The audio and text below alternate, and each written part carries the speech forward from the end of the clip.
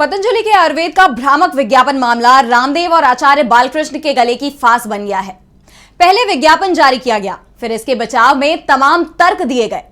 मामला supreme court पहुंचा तो रामदेव और बालकृष्ण के सभी दावों की हवा निकल गई। कोर्ट ने कहा कि माफी मांगे, माफीनामा दे, लेकिन जो माफीनामा दिया गया उससे कोर्ट और नाराज हो गया।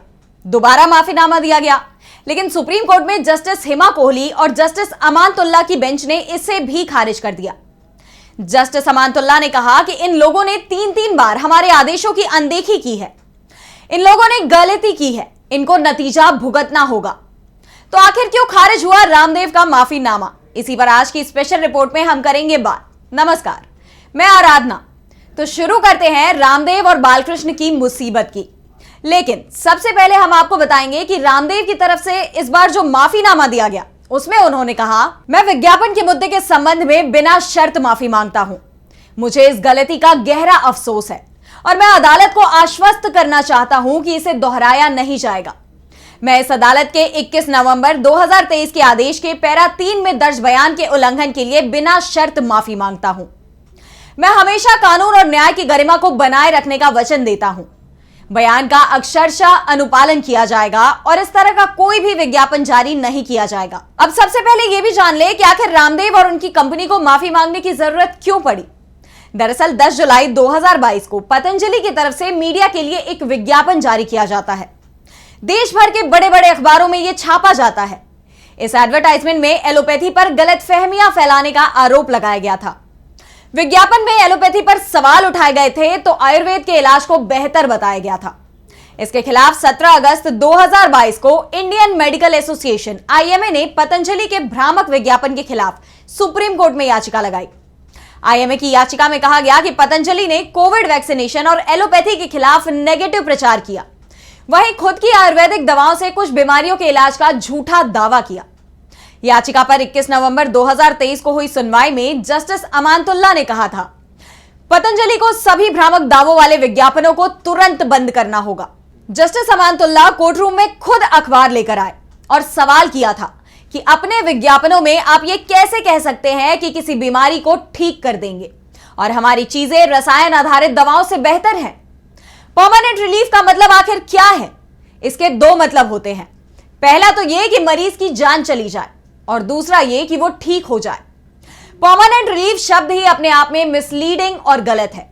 कोर्ट ने आगे कहा था, ये परमानेंट रिलीफ शब्द अपने आप में भ्रामक होने के साथ कानून का उल्लंघन भी है। कोर्ट के सख्त रुख के बाद रामदेव और बालकृष्ण ने गलती स्वीकार की तो कोर्ट ने उनसे माफीनामा देने को कहा। 2 अप्रैल को माफीनामा दिया गया, लेकिन इसकी भाषा देखकर सुप्रीम कोर्ट नाराज हो गया और माफीनामे को खारिज कर दिया। साथ ही कोर्ट ने टिप्पणी की थी, यह माफीनामा सिर्फ खाना पूर्ति के लिए है, आपके अंदर माफी का भाव नहीं दिख रहा।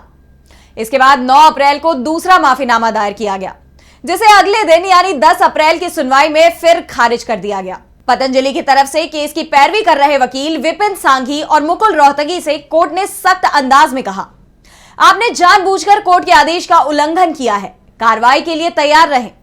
सुप्रीम कोर्ट ने कहा, हम हलफनामा को ठुकरा रहे हैं, यह केवल एक कागज का टुकड़ा है, हम अंधे नहीं हैं, हमें सब दिखता है। जब मुकुल रोहतगी ने कहा कि लोगों से गलतियां होती हैं तो सुप्रीम कोर्ट ने कहा, फिर गलतियां करने वालों को भुगतना भी पड़ता है, फिर उन्हें तकलीफ भी उठानी पड़ती है। हम इस मामले में इतने उदार नहीं होना चाहते। कोर्ट में सुनवाई के दौरान उत्तराखंड सरकार को भी कोर्ट ने जमकर सुनाया।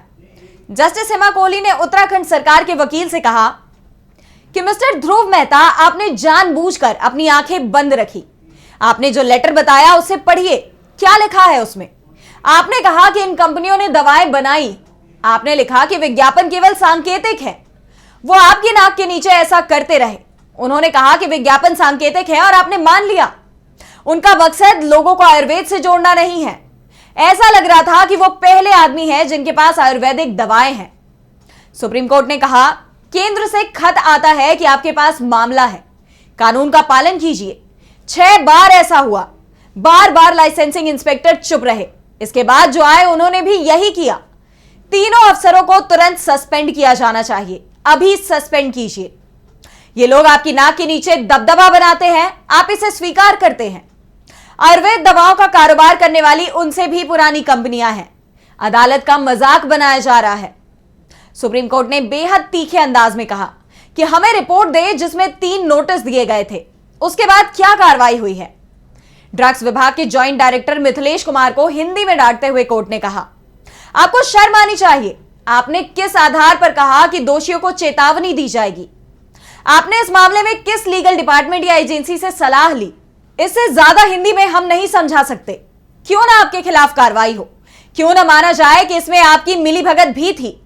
आपने बिना एक्ट में देखे वार्निंग की बात लिखी। एक्ट में कहां बस की बात है?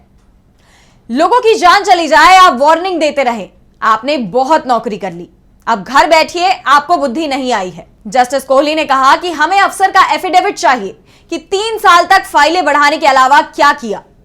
जस्टिस कोहली ने एडवोकेट बलवीर सिंह से कहा, यहां बहुत बड़ी गलतियां हैं, यहां आम आदमी की सेहत पर असर पड़ा है।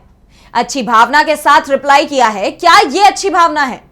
हमें ऐसी सभी कंपनियों को लेकर फिक्र है जो ऐसे लुभावने विज्ञापन देती हैं और लोगों की सेहत पर बुरा असर पड़ता है। जस्टिस कोहली ने इस मामले में केंद्र सरकार पर भी सख्ती दिखाई। उन्होंने केंद्र सरकार पर टिप्पणी करते हुए कहा कि आपने जानबूझकर इस मामले पर पर्दा डाला और अवमानना करने वालों के साथ दिखे। आपके अधिकारियों ने इस मामले में कुछ नहीं किया। दरअसल इस मामले में आज केंद्र सरकार की तरफ से भी एफिडेविट दाखिल किया गया था। सरकार ने कहा कि हमने इन भ्रामक विज्ञापनों को लेकर पहले ही पतंजलि आयुर्वेद को चेताया था और कहा था कि जब तक आयुष मिनिस्ट्री की ओर से कोरोनिल की जांच जारी है तब तक आगे ना बढ़ें। यही नहीं, सरकार ने कहा कि हमने राज्य और केंद्र शासित प्रदेशों से कहा था कि वह इस मामले में एक्शन ले। साफ है, अदालत में केंद्र सरकार की तरफ से भी पतंजलि को ही गलत ठहराने की कोशिश की गई, लेकिन उसकी कार्रवाई में सख्ती नहीं दिखाई दी, जिस कारण से सुप्रीम कोर्ट ने केंद्र पर भी कई सख्त टिप्पणियां कर दी। कोर्ट में सुनवाई पूरी नहीं हो पाई। मामले की अगली सुनवाई 16 अप्रैल को होगी, लेकिन कोर्ट की तीखी टिप्पणियों के बाद यह तो साफ हो गया है कि अब रामदेव की ना तो मनमानी चलने वाली है और ना ही उनका माफीनामा।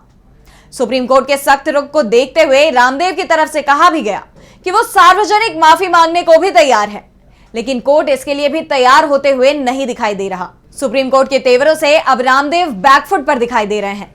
यह तय माना जा रहा है कि उन्होंने जो झूठे दावे किए थे, अब उस पर वो खुद बुरी तरह से फंस गए हैं। माफी भी काम नहीं आ रही है। 16 अप्रैल को सुप्रीम कोर्ट उन्हें सजा भी सुना सकता है। जुर्माने की बात तो कोर्ट पहले ही कह चुका था, लेकिन अब मामला सख्त सजा की तरफ बढ़ता जा रहा है। रामदेव, बालकृष्ण और उनकी कंपनी पतंजलि आयुर्वेद बुरी तरह से फंस गई है। झूठे और भ्रामक विज्ञापन उनकी मुसीबत को बढ़ा रहे हैं।